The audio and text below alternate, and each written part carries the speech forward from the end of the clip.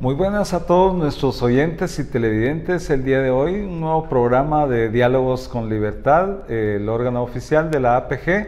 Y el día de hoy pues tenemos a un súper invitado.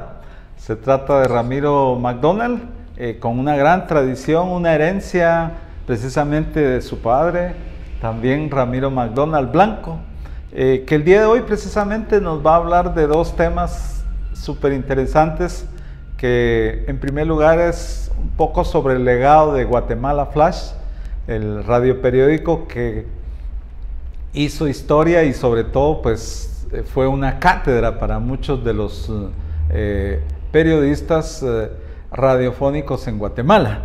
Pero antes de proceder a nuestra entrevista con Ramiro McDonald, queremos hacer la entrega oficial de la revista precisamente conmemorativa a los 74 años de fundación de la APG, y siendo tu padre uno de los que fue propiciadores precisamente de la APG, pues nos enorgullece de sobremanera hacerte entrega de esta revista e invitarte precisamente a los próximos números a que nos colabores con unos temas precisamente de los que vamos a hablar el día de hoy, ¿verdad? Claro que sí, Mario.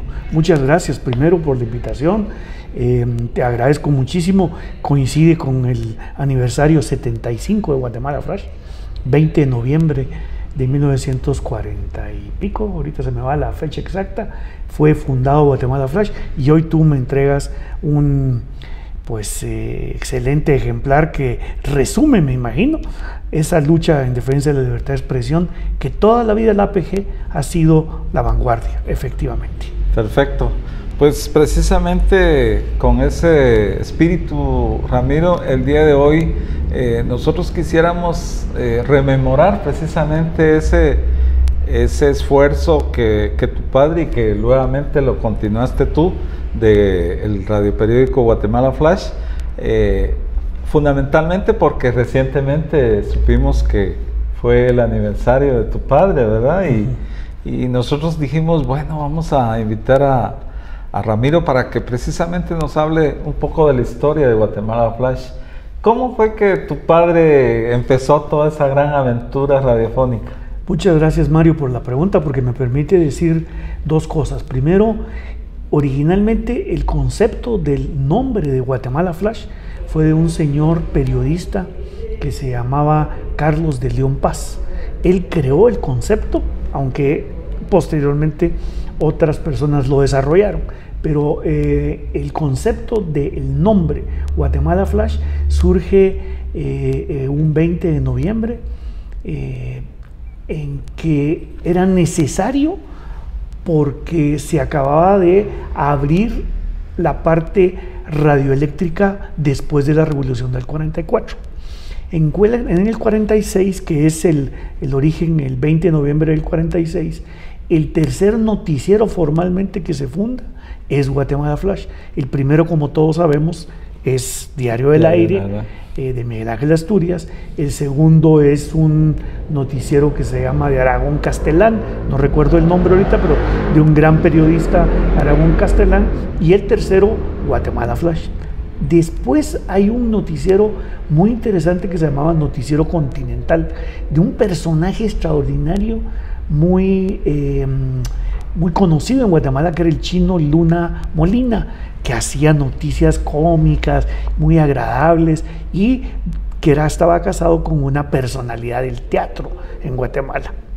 Entonces esos eran los primeros noticieros que habían en la década del 40, posteriormente a la revolución, porque la revolución vino a cambiarle el concepto de radio en Guatemala. Solo había una, que era la Radio Nacional, y si había otra en Xela, y de ahí no había radios comerciales. Entonces las primeras radios, aparece la Radio Ciros, que es donde Guatemala Flash se funda, allá cerca del Cinelux, a media cuadra del Cinelux, en el altillo del Cinelux, no del Cinelux, sino de las Ciros, y empieza a trabajar el señor de León Paz, y localiza a Francisco Montenegro Sierra y a Ramiro McDonald Blanco.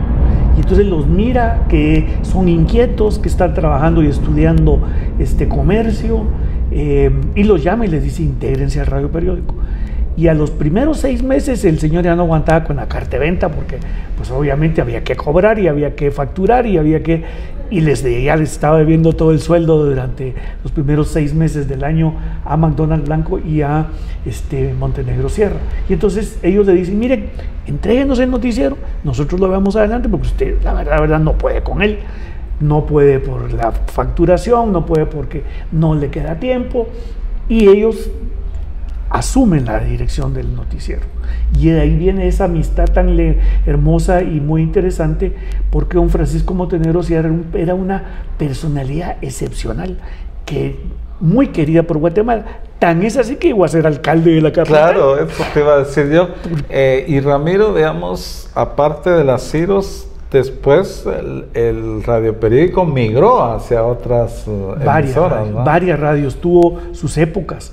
Una de las radios más importantes fue La Voz de las Américas, donde se hacía un tipo de radioteatro muy bonito, muy interesante, y necesitaban un noticiero. Entonces lo llamaron y le dijeron a mi papá y a Francisco Montenegro Sierra: véngase para acá.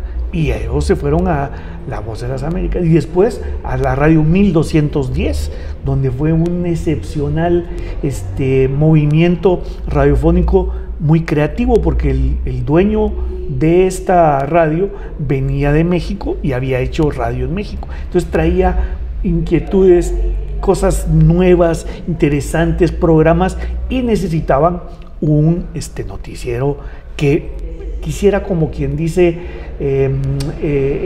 la insignia para poder jalar auditorio.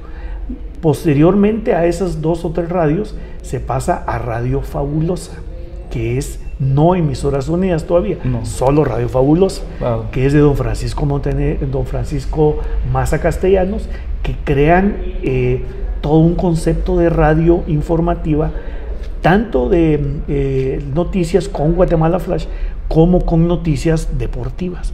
Entonces llega Meme Pinto y se arma un equipón ahí, pero súper interesante, wow, de gente trabajando en deportes y en noticias con Guatemala Flash. Y ahí se crea Cercano, que es el Servicio Centroamericano, claro, de Noticias, ¿te recuerdas?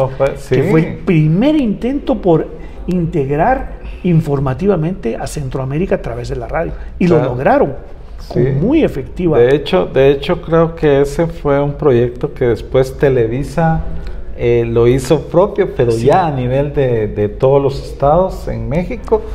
Y fue una experiencia bien interesante porque... Claro. Por ejemplo, en Costa Rica tenían mucha audiencia, claro, y en Honduras, ¿verdad? No digamos en El Salvador, sí, tuvo una gran audiencia Cercano. Y es que Cercano era como una especie de las mejores radios informativas de cada país. HRN de Honduras, ISKL de El Salvador, Radio Reloj de Costa Rica. Precisamente nuestro querido Cochenito, ¿cómo se llama?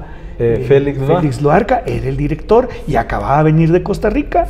Entonces había una mancuerna ahí muy interesante, y trabajaba en Guatemala Flash también. Sí, entonces hacía un equipazo rotundo. Posteriormente hubo una escisión en Radio Fabulosa y pasa a nombre de Emisoras Fabucadena, Emisoras Unidas. Todavía Fabucadena, ¿va? Sí, en ese tiempo era Fabucadena. Era Fabucadena. Eso, sí, estamos hablando ya de los años 70 más, claro, o menos. Exactamente. Y esa época es muy interesante porque es la época en que empieza la represión en Guatemala. Claro. Empiezan los dictadores a coparle el poder, y Guatemala Flash se opone rotundamente a todo lo que es militarización y a el cierre de los espacios democráticos de expresión.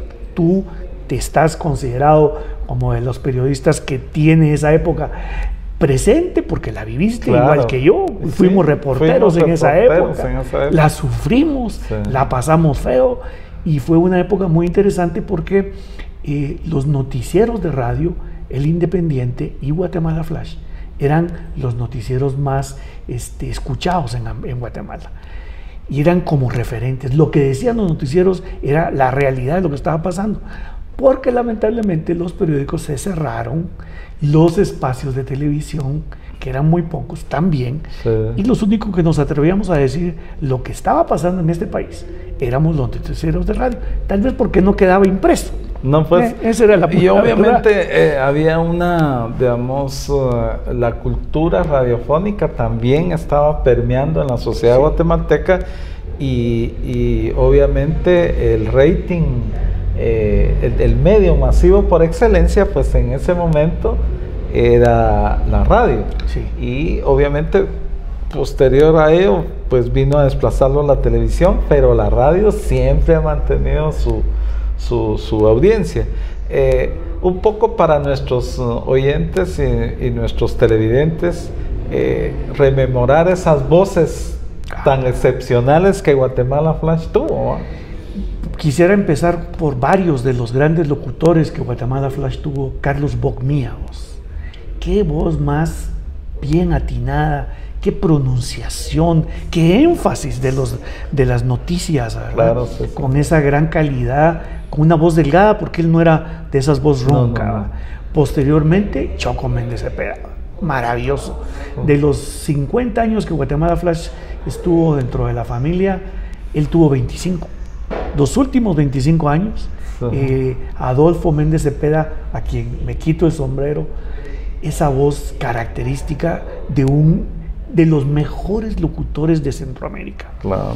Una voz impostada con una naturalidad y con una capacidad para proyectar en primera lectura lo que estaba leyendo. Claro, Eso era excepcional. Era un actor que interpretaba de una manera excepcional esa forma. Pero también habían otros locutores que, por ejemplo, eran los de la parte comercial, y también quienes daban la hora, porque en ese momento también era muy importante, especial, ¿verdad? Sí, sí. Dice, mucha gente decía, yo oigo Guatemala Flash porque me permite estar al tanto de la hora para poder salir corriendo para ir a mi trabajo o almorzar o cenar en un momento dado.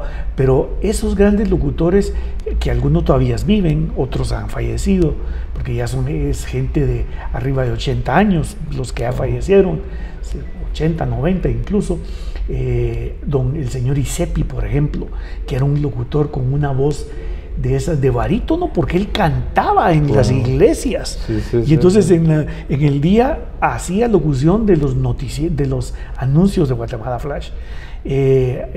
Luis Emilio Ramírez Angleu, que incluso fue director de la radio, subdirector de la radio TGW, y por el estilo. Estamos hablando de personalidades que llegaron a Flash y le dieron a Flash vida y que lo hicieron ver de verdad, para transmitir noticias, comerciales, anécdotas, y de anécdotas te puedo contar 40,000, pero eso es para tal vez algún otro día que podríamos hacerlo. No, yo recuerdo siempre la memoria radiofónica de la generación del 60 y del 70 y del 80, pues eran el famoso anuncio de las plumas Schaefer, ¿verdad? Sí.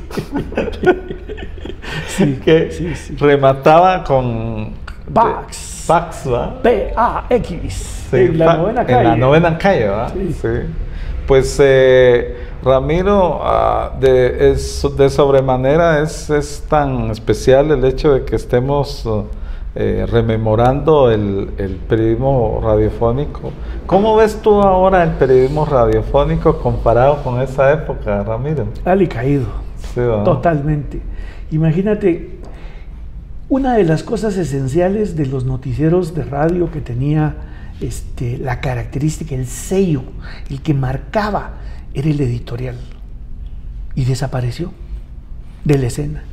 El editorial del Independiente era un editorial que ya sabíamos todos que iba a ser un contundente majatazo. Y lo esperaba y todo el mundo lo esperaba. A mí un militar de alta, muchos años después, me comentó que en las zonas militares del país esperaban con miedo qué iba a decir Guatemala Flash. cuál era el editorial de Guatemala Flash, que normalmente se hacía a la mitad del noticiero, claro, a las 12:30, cuando ya estaban bien engarzadas todas las audiencias, ya todo el mundo estaba esperando, ya viene el editorial, y todavía mi papá estaba redactándolo en el último momento. Sí. Pero cuando venía el editorial, era una especie de silencio, porque sabíamos que era un posicionamiento de carácter cívico, democrático y en pro de los derechos humanos de este país. No, y eso desapareció de la escena. No hay noticieros con editorial. Entonces es noticieros sin personalidad, o noticieros sin, ¿cómo se dice la palabra, Mario? Sin voz, sin identidad. Porque lo que hacen básicamente es las noticias, pero la posición editorial, que es la que define la parte del aspecto ideológico del noticiero, se desapareció. Claro. Lamentablemente. Sí.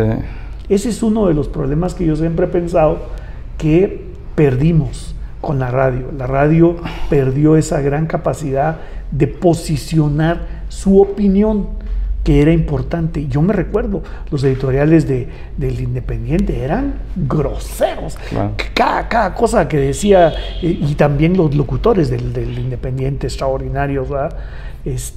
Curiosamente todos han fallecido ya, pero bueno, es parte de una historia que estamos rememorando. Claro. Y otro aspecto es que, por ejemplo, los formatos, ¿verdad?, de la radio en Guatemala, los noticieros en sí cada vez se han sido reducidos de las radios, y esta se ha convertido más en, como decía la CIESPAL en los años 78, 79, que eran máquinas de moler música, decían, ¿no? Las radios en eso se han convertido. ¿Sí? Las radios se han convertido en rocolas, porque esos son rocolas, y el problema con las radios es que lo único que están haciendo es transmitir cuestiones que en un momento dado son puras cuestiones hegemónicas, claro, de posicionamientos de grandes cuestiones hegemónicas. Pero los noticieros de la época de Guatemala Flash, como el Independiente y algunos otros más, el Debate también ¿cómo se llamaba nuestro buen amigo Walter Juárez, que todavía vive? Sí, el Debate. El Debate fueron de los noticieros que hicieron historia porque defendían el derecho de la libre expresión, que es lo que APG ha hecho durante tantos años. Y eran todos unas personas que tenían una mística de trabajo en favor de los pueblos, y no en favor de las posiciones elitistas de este país. Entonces, claro, yo sí creo que ha habido un desmedro, ha caído, los noticieros han bajado mucho en calidad. Tienen otro sentido también, es una nueva dinámica, es un nuevo concepto que es parte de una posmodernidad, podemos decirla, que estamos viviendo, pero que todavía nosotros que la vivimos en esa época de buenos periodistas y de grandes periodistas, la estamos sintiendo. Claro. Y la extrañamos mucho, de verdad. Claro, perfecto. Bueno, Ramiro, yo quiero también aprovechar la oportunidad para preguntarte, en tu calidad de presidente del Círculo Guatemalteco de Estudios Semióticos, ¿cómo nace el círculo? ¿Qué ha hecho y cuál es su proyección en este momento? Muchas gracias por la pregunta, Mario. Tiene un sentido de carácter histórico, porque en el 2015, cuando estaban las movilizaciones populares en contra de la corrupción, empezamos a notar que había mucha gente, muchos académicos interesados en decir cosas semióticamente, analizar semióticamente lo que estaba pasando, ver todos esos símbolos de que la gente iba a las calles, sacaba sus pancartas, iba a los centros urbanos y decía cosas que había que interpretar. Entonces nos reunimos un grupo, cerca de unos 25 miembros del grupo de estudios semióticos, y decidimos formalizar una entidad en la cual pudiéramos por lo menos reunirnos cada cierto tiempo a dialogar de temas de semiología, porque la semiología y la semiótica tienen esa facilidad de poder interpretar los fenómenos sociales desde el punto de vista de los signos y los símbolos que traen consigo las manifestaciones o las acciones de carácter social. Entonces es una adaptación de todo lo que es la simbólica, la sígnica, todas las cosas que nos da la teoría básicamente semiológica para poder interpretar el devenir de la sociedad. Entonces nos reunimos, primero éramos unos 20, 25, ahorita somos unos 30, 34 más o menos profesionales de semiología, de gente que ha dado clases en las universidades, de todas las universidades que son de San Carlos, de Landívar, de las universidades públicas, de la San Carlos por supuesto, y de las otras privadas. Entonces decidimos crear este grupo y este esquema que nos permite reunirnos cada más o menos una vez al mes y hablar sobre cuestiones semióticas que nosotros creemos que es importante que la gente tenga importancia. Por ejemplo, dentro de poco vamos a hacer una segunda reunión sobre el tema de uno de los grandes filósofos que se nos acaba de ir, que es Maturana. Vamos a hacer un análisis de su obra, a la que yo agradezco que tú tengas el bien de promoverla, porque me interesa mucho que tengamos la capacidad de decirle a la gente todo lo que hizo este señor por el conocimiento humano, que nos dio tantas herramientas para poder entender lo que está pasando en la mente de las personas y por lo tanto en la sociedad en términos generales. Y hemos hecho otros tipos de actividades que lo que buscan básicamente es eso, desentrañar el destino de la humanidad desde todas sus producciones simbólicas. Y eso es una cuestión académica que nos va a permitir aportar algo en alguna medida. Claro. Y Ramiro, hay otro elemento bien importante, que es que la semiótica y la semiología pues nos dan la oportunidad de desmenuzar también los discursos, ¿verdad? Claro. Por ejemplo, ¿qué es lo que pretende en medio de todo el discurso en el Congreso, por ejemplo, los líderes del Ejecutivo, de las instituciones de poder? Todo eso también es muy especial, que nos puede dar el estudio de la semiótica. Por supuesto, Mario, tienes toda la razón, porque la semiótica considera todo acto de comunicación como un discurso. Todos los actos de comunicación. Y el ser humano lo que tiene básicamente es una acción discursiva. Desde que el momento que naces hasta que mueres, tu actividad permanentemente es discurso, es desarrollo de una permanente acción comunicativa, como la que decía el gran filósofo alemán. Y esa acción comunicativa tiene componentes, y esos componentes se pueden descontinuar, desarmar y encontrarle tanto el sentido oculto como el sentido que expresamente nos dan los discursos de todo tipo. Si hubiera muchos de nuestros oyentes y televidentes interesados en el tema de la semiótica, ¿a dónde se podrían comunicar? ¿Algún link, algún sitio? ¿Dónde se pueden comunicar? Gracias, Mario. Tenemos un espacio en el Facebook que se llama Centro Guatemalteco de Estudios Semióticos, CEGES, y por supuesto constantemente estamos comunicándonos ahí, pueden hacerlo con todo gusto. Perfecto, amigos.